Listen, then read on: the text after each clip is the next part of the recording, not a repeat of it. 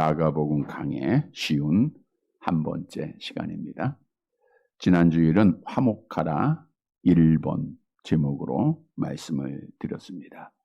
우리 하나님은 화목을 원하시는 분입니다. 따라서 죄로 타락한 택한 자들과 화목하게 하기 위해서 독생자 예수님을 이 땅에 사랑으로 보내셨고, 화목 제물로 보내심을 받은 예수님이 오늘 우리가 부른 찬송 가사처럼 십자가에서 자기의 몸을 화목 제물로 온전히 드리셨습니다. 따라서 그 결과 예수를 그리스도로 믿는 자들은 하나님과 멀어졌다가 예수의 피로 하나님과 가까워진, 즉 하나님과 화목한 자가 된 것입니다. 따라서 하나님의 은혜로 하나님의 자녀가 되고 천국을 소망하는 자들은 늘 화목해야 됩니다. 먼저는 수직적으로 하나님과 화목에 힘써야 돼요. 하나님과 영적 교제하며 하나님을 가까이 찾아야 되겠죠? 예배로 가까이 찾고, 시간 말씀으로 가까이 찾고, 기도로 가까이 찾고, 하나님과 늘 화목해야 돼. 아무리 가까운 사이라도 멀어지면, 만나지 않으면 이제 그 관계가 끊어져요. 우리는 하나님과 늘 가까워져야 됩니다. 뿐만 아니라 그리스도 안에서 더불어 화목을 우리 성도들 가운데 또 모든 사람과 이루어 가야 돼요. 이게 하나님 아버지의 뜻이에요. 자기의 몸을 우리를 위하여 희생하시고 화목을 원하시는 우리 주님이 성경을 통해서 그렇게 말씀하고 있지 않습니까? 데살로니가 전서 5장 13절입니다. 함께 봅니다. 그들의 역사로 말미암아 사랑 안에서 가장 귀히 여기며 너희끼리 화목하라. 너희끼리 잘 화목하라는 거예요. 우리끼리 화목을 이루어야 돼요. 베드로전서 3장 11절 같은 내용이죠. 악에서 떠나 선을 행하고 화평을 구하며 그것을 따르라. 화평을 구하며 그것을 따르라. 우리끼리 화목해야 되고 화평해야 돼요. 왜냐? 우리가 화평을 이루는 자, 화목을 이루는 자가 결국에는 하나님 앞에 서는 자임을 성경은 약속하고 있습니다.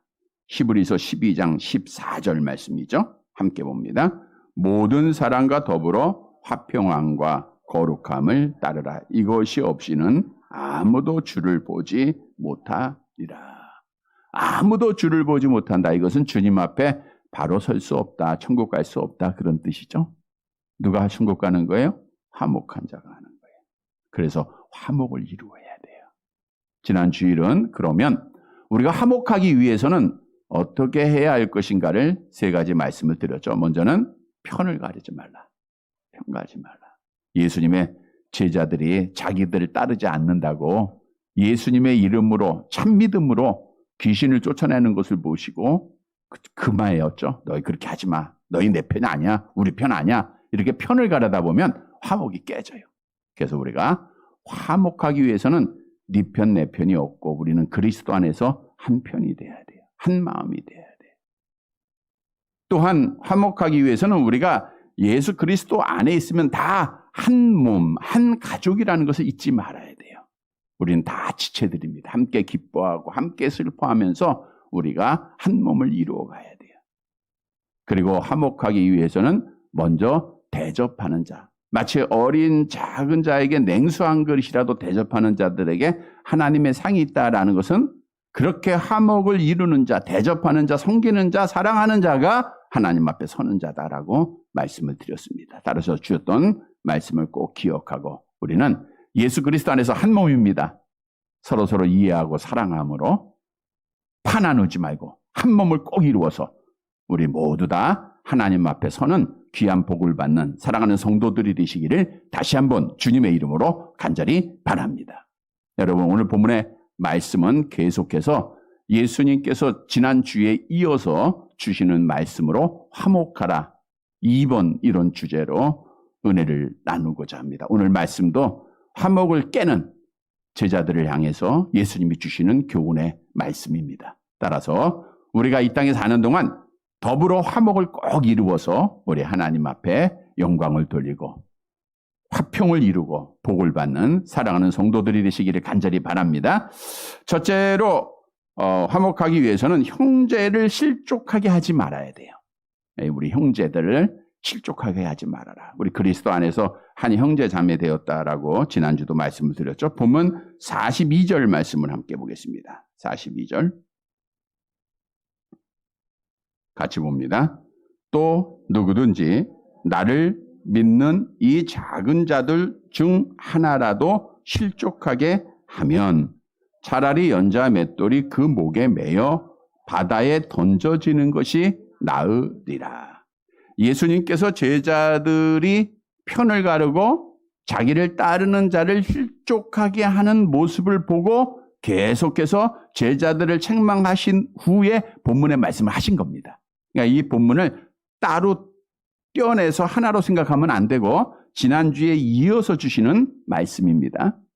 실족하게 하는 제자들을 향하여서 주시는 주님의 교훈이에요.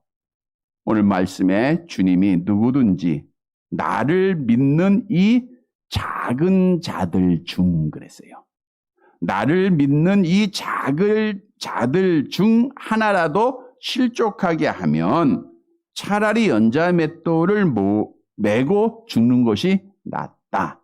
여기서 작은 자라고 하는 것은 키가 작다, 어린아이다라고 하는 의미가 아니라 연약한 자, 병든 자, 없는 자, 소외된 자를 말하고 있는 거예요. 사람들이 중요하게 여기지도 않고 도리어 무시하는 자들, 사람 취급하지 않고 상대도 하지 않는 자들을 말하고 있는 겁니다. 따라서 오늘 본절을 비춰서 보면 예수의 이름으로 귀신을 쫓아냈던 그 사람도 제자들이 함부로 대한 것을 보면 주님이 또 이렇게 말씀한 것을 보면 작은 자였다. 하찮은 자였고 보잘것없는 자였다라고 하는 사실을 말씀해주고 있는 거죠. 만일 권세 있는 자가, 능력이 있는 자가, 괜찮은 자가 예수의 이름으로 그러한 능력을 행했다고 하면 제자들도 그렇게 하지 않았을 거예요. 자기들의 눈에 보니까 정말 보잘것없는 자예요. 하찮은 자예요. 그러니까 무시하고 실족하게 하는 말을 한 거예요. 근데 오늘 본문 말씀 작은 자 앞에 뭐라 그래요? 나를 믿는 이 작은 자들 그랬죠. 나를 믿는 예수를 그리스도로 믿는 자들 중에서 어렵고 힘들고 소외되고 보잘것없는 자들을 말하고 있다고 하는 거예요. 그런데 그들을 무시하고 그들을 실족하게 하는 말을 하고 행동을 하면 주님이 뭐라 그랬어요? 차라리 연자 맷돌을 그 목에 매여 바다에 던져지는 것이 낫다 그래. 여기서 차라리라고 하는 것은 어느 한 가지를 다른 것보다 더 중요하게 여기고 행해야 된다는 거예요. 실족하게 하는 자가 하나님 앞에 마지막 날 심판날 큰 형벌을 받게 돼요. 두 번째 대지에서 말씀을 드립니다. 큰 형벌이 있어요. 그것보다는 차라리 연자 맷돌 목에 걸고 바다에 빠져 죽는 게 낫지 않냐. 여기서 바다는 깊은 바다를 말하고 있고요. 연자 맷돌은 집에서 사용하고 있는 손으로 돌리는 작은 맷돌이 아니라 곡식을 한 번에 빻기 위해서 나귀가 돌리는 커다란 맷돌을 의미하고 있다라고 하는 사실이에요. 그런데 당시의 로마의 처형법 중에 이 무거운 연자 맷돌을 목에 달게 해서 바다에 가라앉게 하는 수장법이 있습니다. 참으로 비참한 죽음을 당하는 자들이에요. 왜냐하면 당시에는 사람이 사형을 당해도 장사를 지내면 그래도 괜찮아요. 수장을 당하니까 장사도 지낼 수가 없게 되는 거예요. 그런데 그 사실을 주님이 아시고 그렇게 비유한 거예요. 물론 오늘 본문의 말씀을 문자적으로 해석하면 작은 자 하나라도 무시하고 실족하게 하면 차라리 죽어라 이거를 자살하라 이렇게 해설해서는 안 됩니다. 성경은 분명히 자살을 금하고 있죠. 자살하면 어디 가요? 지옥 가는 거예요. 아무리 어렵고 힘들어도 우리가 그러한 단어를 생각조차 하지 말아야 돼요.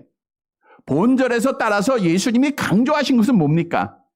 실족하게 하면 차라리 죽어라. 이거는 죽으라는 말씀이 아니고 뭐예요? 실족하게 하지 말라는 거예요. 그리스도 예수 안에 있는 자들 중에서 어느 누구라도 실족하게 하지 말라. 이 말은 뭐예요? 화목하라는 거, 화목하라. 여러분, 주님께서는 이렇게 말씀하신 이유가 있어요. 사람의 눈에는 정말 보잘것없는 작은 자일지라도, 보이지도 않고 하찮은 자일지라도 주님은 그 영혼을 위해서, 온 천하보다도 귀한 그 영혼을 위해서 십자가상에서 피 흘려 죽으셨다라고 하는 사실이에요. 그 영혼을 위해서 화목제물이 되셨어요. 다시 말하면 사람은 외모를 보고 판단합니다. 아, 저 사람 괜찮다. 저 사람 참 부족하다. 그러나 우리 주님은 한 사람 한 사람의 영혼을 귀중하게 보세요. 그래서 오늘 말씀을 통해서 사랑하는 우리에게 주님이 교훈하는 거예요. 어느 누구도 한 사람이라도 실족하게 하지 마라. 바꿔 얘기하면 더불어 화목하라라고 하는 말씀입니다. 여러분, 오늘 본문이 우리에게 주는 교훈입니다. 우리가 사람을 실족하게 하지 말고 화목하게 해야 돼요. 그런데 먼저는 실족하게 하지 않기 위해서는 외모로 사람을 판단하지 말아야 돼요. 우리가 사람들이 외모로 보고 쉽게 행했다가 우리가 사람에게 상처를 주는 경우가 참 많습니다. 야고보서로 가보면 교회 안에 있었던 일이죠. 야고보서 2장 3절과 4절입니다. 함께 봅니다. 너희가 아름다운 옷을 입은 자를 눈여겨보고 말하되 여기 좋은 자리에 앉으소서 하고, 또 가난한 자에게 말하되 너는 거기 서 있든지 내 발등상 아래에 앉으라 하면 너희끼리 서로 차별하며 악한 생각으로 판단하는 자가 되는 것이 아니냐. 여기서 가난한 자가 작은 자입니다. 외모로 바라보면서 보잘것없이 보이니까 관심도 갖지 않고 그를 무시하는, 그로 인하여 그 작은 자를 실족하게 하는 일이 교회 안에 있다는 거예요. 우리 교회는 그런 교회가 돼서는 안 됩니다. 그래서 성경은 우리에게 분명히 말씀하죠. 요한복음 7장 24절 함께 봅니다. 외모로 판단하지 말고 공의롭게 판단하라 하시니라. 물론 우리가 하나님의 공의처럼 완전할 수는 없지만 구별 차별하지 말아야 돼요. 우린 그리스도 안에서 다 형제들입니다. 우리 하나님 앞에 있는 자 없는 자 구별이 없어요. 배운 자 못 배운 자 구별이 없습니다. 잘난 자 못난 자 구별이 없습니다. 나이 든 사람 젊은 사람 구별이 없습니다. 우리는 그리스도 안에서 다 하나라는 거예요. 그래서 절대로 외모 보고 사람 판단 나가면 이거 죄 짓는 겁니다. 실족하게 하는 겁니다. 악한 영의 역사예요. 그래서 우리는 외모를 보고 사람을 절대로 판단하지 않도록 기도해야 되고, 그래서 우리가 형제를 실족하지 않게 해야 돼요. 뿐만 아니라 우리는 말을 조심해야 돼요. 우리가 지금까지 신앙생활을 하면서 내가 생각 없이 뱉었던 한마디의 말로 인하여서 많은 사람 앞에 상처가 되고 실족하게 하는 경우를 다 경험을 했을 거예요. 다른 사람의 말을 옮기면서도 실족하게 할 것이고, 내가 생각 없이 맡았다가 내 자녀를 실족하게 하는 경우도 있을 것이고, 교회에 대해서, 목사에 대해서 부정적인 말했다가 또 실족하게 하는 경우도 있을 것이고, 수많은 일들이 있다는 거예요. 그래서 성경은 너희가 더러운 말을 입 밖에 내지 말라라고 우리에게 권하고 있죠. 에베소서 4장 29절 말씀 함께 봅니다. 무릇 더러운 말은 너희 입 밖에도 내지 말고 오직 덕을 세우는데 소용되는 대로 선한 말을 하여 듣는 자들에게 은혜를 끼치게 하라. 우리 믿는 성도들은 듣는 자들에게 은혜가 되는 말을 해야 돼요. 더러운 말은 다른 사람을 비난하는 말입니다. 부정적인 말입니다. 불신앙적인 말입니다. 이것은 악한 영이 주는 거예요. 원망하는 말들. 그러나 덕을 세우는 말은 힘을 주는 말이에요. 감사하는 말입니다. 신앙적인 말이에요. 소망적인 말입니다. 말이 마음에서 나오도 성령에 따라 이렇게 덕을 세움으로 화목을 이루어가야 돼요. 우리는 말 한마디 한마디 할 때도 조심해서 덕을 세우는 말을 해서 서로서로 화목을 이루어가게 되기를 간절히 바랍니다. 뿐만 아니라 나의 행동으로 형제를 실족하게 하는 일을 하지 말아야 돼요. 내가 뜻없이 생각 없이 행하였던 행동 하나하나가 하나님의 영광을 가리우고 복음을 가리울 때가 참 많이 있습니다. 교회를 떠난 자들의 공통적인 의견이 교인들에게 실망했다, 교회에 대해서 실망했다, 이런 말들 우리가 너무 많이 자주 듣고 있지 않습니까? 이 땅에 있는 유효한 교회는 알곡과 가라지가 함께 있기에 온전한 교회는 없습니다. 그러나 부정적인 모습만 바라보면 또 그렇게 실족을 당하게 된다는 거죠. 그래서 우리가 정말 천국의 복을 받을 자들은 어느 누구도 실족하게 하는 행동을 하지 말아야 돼요. 큰 사건들마다 다 교인이에요. 다 교회 다녀요. 이러다 보니까 하나님의 영광이 가려지고 있는 거예요. 그래서 우리는 형제에게 덕을 세우는 행동을 꼭 해야 돼요. 실족하게 하는 나의 모습이 돼서는 안 됩니다. 하나님의 사람이었던 베드로도 사도 바울한테 책망받았던 일이 있어요. 그 내용은 사도 바울이 이방인들과 함께 음식을 먹고 있었는데 그때 유대인이 들어오는 거예요. 근데 당시의 유대 법에 의하면 유대인들은 이방인들과 음식을 같이 먹어요, 못 먹어요? 못 먹잖아요. 그러니까 몰래 도망 그 자리를 피한 거예요. 그걸 사도 바울이 보고 지적을 합니다. 내가 그렇게 하면 다른 유대인들도, 유대 기독교인들, 유대인들 중에서 예수를 믿었던 자들도 그렇게 할 거 아니냐. 그 행동이 형제들을 실족하게 하는 행동이다라고 지적을 했던 그런 말씀도 있죠. 우리 고린도전서 8장 13절입니다. 이건 사도 바울의 말씀이고요. 자, 갈라디아서 2장 13절. 갈라디아서 2장 13절 같이 봅니다. 남은 유대인들도 그와 같이 외식함으로 바나바도 그들의 외식에 유혹되었느니라. 그렇죠? 우리가 외식을 하게 되면 다른 사람도 실족하게 하는 거예요. 그래서 우리는 실족하게 하지 말고 형제들을 위해서 행해야 돼요. 사도 바울이 그랬잖아요. 만일 내가 고기 먹는 것이, 사도 바울이 고기 먹었어요. 근데 고기 먹는 것이 형제를 실족하게 하는 일이라고 하면 먹어야 돼요? 안 먹어야 돼요? 나만 좋다, 내가 먹어야지 맛있는데 이러지 않고 안 먹었다 이렇게 고백하지 않았습니까? 고린도전서 8장 13절 함께 봅니다. 그러므로 만일 음식이 내 형제를 실족하게 한다면 나는 영원히 고기를 먹지 아니하여 내 형제를 실족하지 않게 하리라. 왜? 사도 바울은 주님의 말씀을 알아요. 형제를 실족하는 것이 얼마나 큰 죄인가를 알았던 거예요. 그러니까 형제의 실족을 하지 않게 하기 위해서는 내가 좋은 것도 내가 행하고 싶은 것도 안 하겠다라고 고백을 하는 거예요. 여러분, 따라서 우리는 예수님처럼, 우리 사도 바울처럼 다른 사람의 유익을 구해야 돼. 그게 화목하게 하는 겁니다. 내가 하고 싶은 대로 말하고 내가 하고 싶은 대로 행동하면요, 다 각기 제 길로 가는 거예요. 하나가 안 되고 화목이 안 이루어집니다. 우리가 주님 따라서, 교회의 머리가 예수님이니까 예수님 따라서, 예수님의 말씀 따라서 다 같이 질서를 가지고 나아가면 돼요. 내 마음대로 나아가면 안 되는 거예요. 우리가 내가 가고 싶다고, 내가 행하고 싶다고 내 마음대로 하지 말고 하나님의 말씀의 기준을 따라서 우리가 따라가야 돼요. 고린도전서 10장 32절 33절 사도 바울이 이렇게 고백하죠. 함께 봅니다. 유대인들에게나 헬라인에게나 하나님의 교회에나 거치는 자가 되지 말고 나와 같이 모든 일에 모든 사람을 기쁘게 하여 자신의 유익을 구하지 아니하고 많은 사람의 유익을 구하여 그들로 구원을 받게 하라. 그래서 우리가 다른 사람의 유익을 구하는 자가 돼야 돼요. 내가 하고 싶어도 하지 않는 자가, 그래야 화목이 이루어지는 겁니다. 여러분, 성경은 실족하게 하는 자, 오늘 주님이 죽어라 라고 말씀하셨지만 이제 마태복음 18장 7절에도 같은 말씀을 내용하고 있죠. 함께 봅니다. 실족하게 하는 일들이 있음으로 말미암아 세상에 화가 있도다. 실족하게 하는 일이 없을 수는 없으나 실족하게 하는 그 사람에게는 화가 있도다. 실족하게 하는 자들은 화를 당한다. 차라리 죽어라.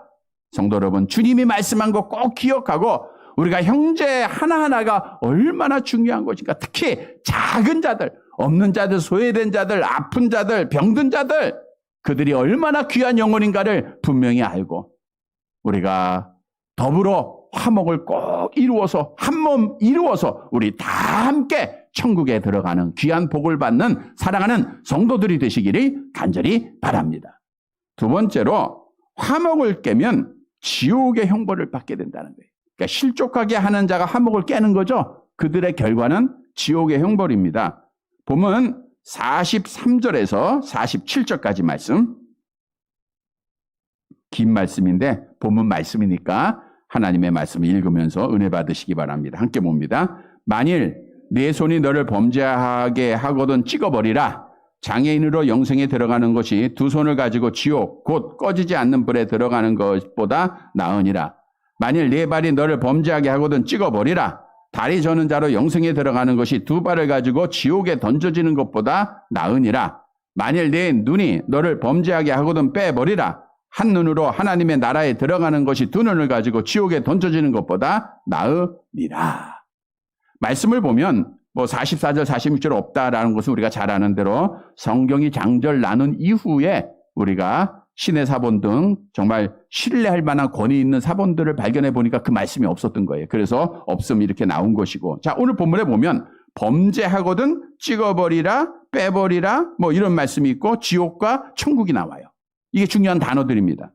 범죄하거든이라는 말은 어떤 악을 행하는 것도 포함하고 있지만 후에 전의 말씀과 연결이 돼요.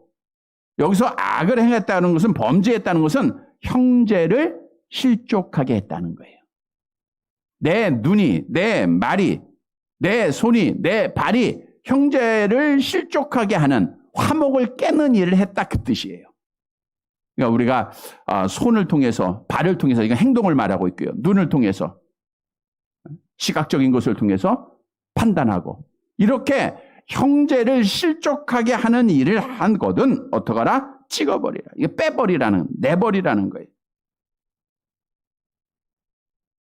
본문의 명령은 문자 그대로 손을 찢고 발을 찢고 눈을 빼버리라 이런 의미가 아니라 그 정도의 희생을 분명히 각오해야 된다는 거예요. 왜냐하면 오늘 본문에 보면 영생에 들어간다, 하나님의 나라에 들어간다, 천국에 들어간다라고 말씀하고 있기 때문이죠. 여기서 천국에서 영생하기 위해서는 도리어 그런 장애를 가지고 들어가는 게 낫다, 그 뜻이에요. 왜냐? 지옥 가면은 얼마나 고통을 당하는가, 그 말씀을 하고 있어요. 오늘 본문에 보면 지옥은 꺼지지 않는 불 이렇게 말씀하고 있죠. 꺼지지 않는 지옥불. 여기 지옥이라고 하는 단어가 흰놈의 아들 골짜기 이런 뜻이에요. 흰놈의 골짜기. 이 골짜기는 예루살렘 남서부에 있던 흰놈의 계곡을 의미하는데 그게 지옥이라고 하는 단어입니다. 이 계곡에서, 이 골짜기에서 이스라엘 백성들이 이방신인 몰록에게 자기의 자녀들을 희생제물로 드렸어요. 에레미야서 32장 35절 말씀 봅니다. 어떻게 흰놈의 골짜기가 지옥이 됐는가를 말씀드리는 거예요. 에레미야 32장 35절 함께 봅니다. 흰놈의 아들의 골짜기에 바알의 산당을 건축하였으며 자기들의 아들들과 딸들을 몰렉 앞으로 지나가게 하였느니라.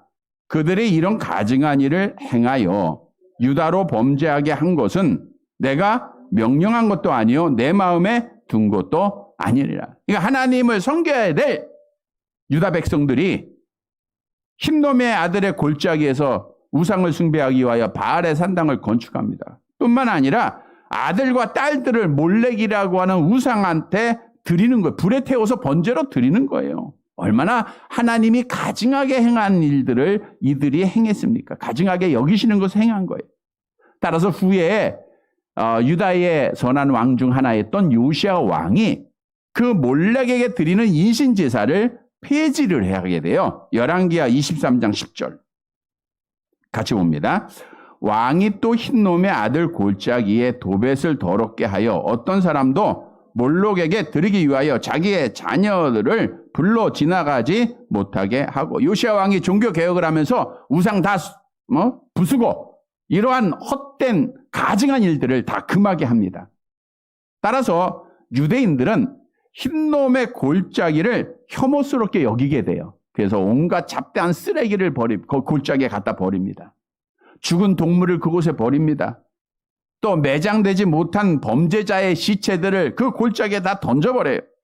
결국 시체들과 쓰레기들이 버려지는 골짜기가 되니까 사람들이 부패물이 생기지 않도록 불을 또 태워요.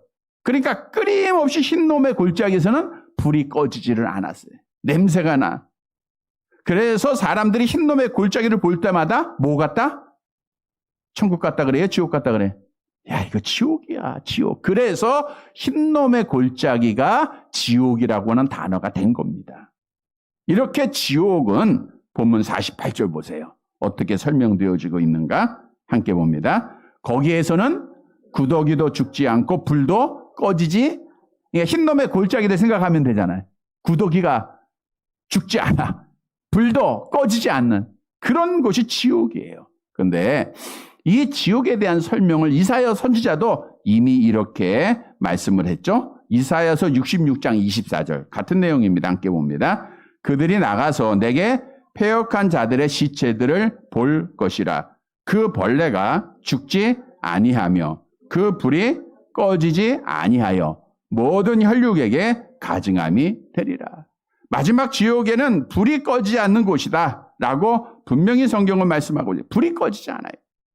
우리가 누가복음 16장에 부자도 죽어서 꺼지지 않는 불꽃 가운데 내가 고민하나이다 라고 말하고 있죠. 그러니까 이 땅에서는 불이 꺼질 수도 있어요. 그러나 지옥은 불이 꺼지지를 않습니다.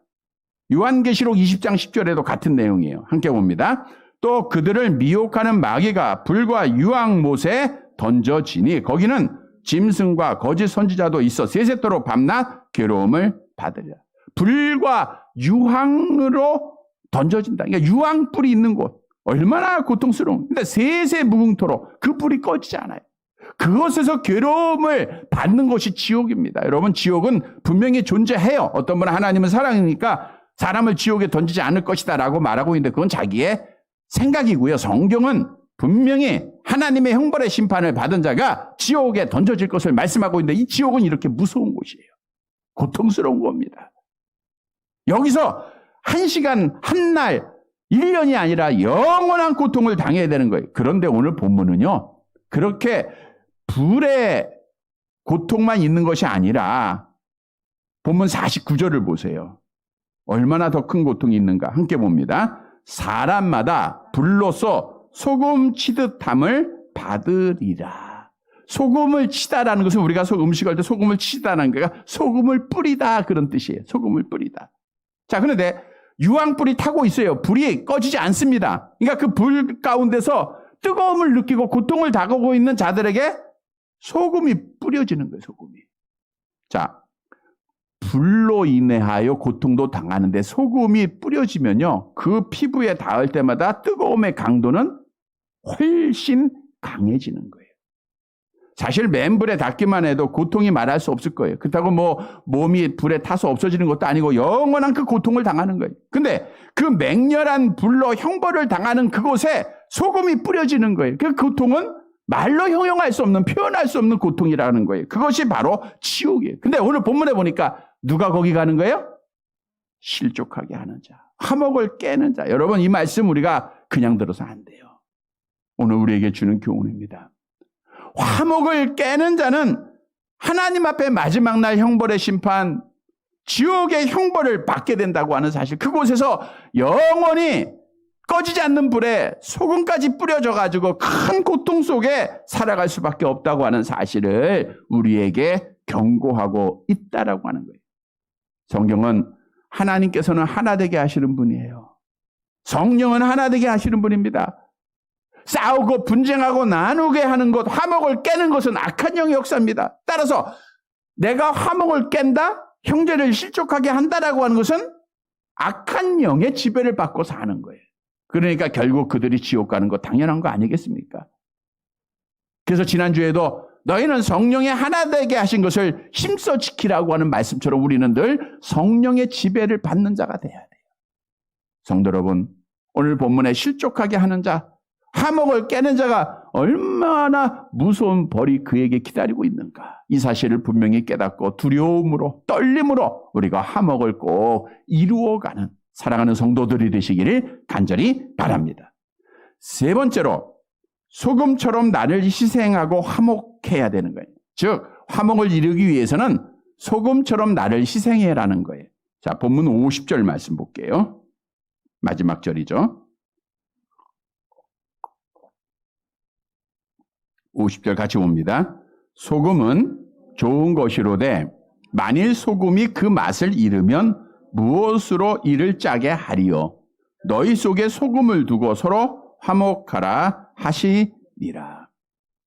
49절에 지옥의 뜨거운 불 중에 소금을 뿌린다라는 것은 소금이 형벌의 심판의 이미지로 주님이 말씀하신 거예요. 근데 오늘 본문의 50절의 말씀의 소금은 화목의 의미로 사용하셨다는 거, 다른 겁니다.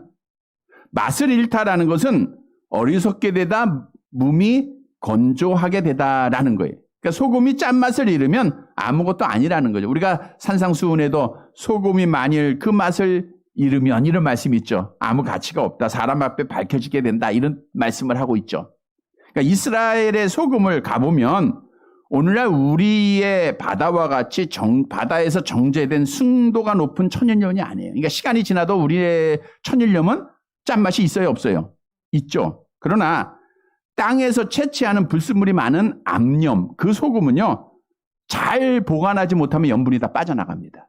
그러다 보니까 짠맛을 낼 수 없고 맛을 잃어버린 소금은 밖에 버려요. 그럼 사람들이 계속해서 그 소금을 밟고 지나간다라고 하는 뜻이죠. 따라서 너희는 세상의 소금이다라고 하는 말씀으로 우리 성도들이 맛을 잃어버리면 세상 사람들로부터 무시당하고 밟힘을 당하게 된다. 이 사실을 다시 한번 먼저 교훈으로 얻어야 됩니다. 오늘날 우리 한국교회가 하나님을 알지 못하는 자들, 공산주의 사상에 빠진 자들에 의해서 밟힘을 당하고 있는 것은 우리가 소금의 직분을 감당하지 못했다. 빛의 역할을 감당하지 못했다. 이 사실을 다시 한번 깨닫고 우리가 맛을 잃지 말아야 돼. 맛을 회복해야 됩니다. 그런데 오늘 본문에서 주님이 마지막 50절에 너희가 소금을 두고 서로 화목하라 이렇게 말씀하고 있어요. 소금을 두고 서로 화목하라. 너희 속에 소금을 두고, 너희 속에, 여기서 너희는 그리스도인들이죠. 하나님의 자녀들 마음속에 뭐가 있어야 돼요? 소금을 두고. 자, 그러면 먼저 소금의 역할입니다. 소금이 어떤 역할을 하고 있는가? 먼저 잘 아는 대로 방부제 역할을 하죠. 썩지 않게 하는 거. 유대인들은 생선과 고기를 오랫동안 보존하기 위해서 소금을 사용했습니다. 그러니까 소금을 통해서 부패를 방지해요.